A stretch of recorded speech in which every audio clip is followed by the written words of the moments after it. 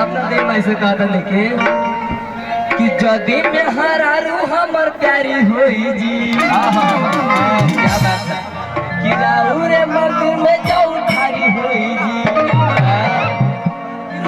यार ग्रामीण छुछुना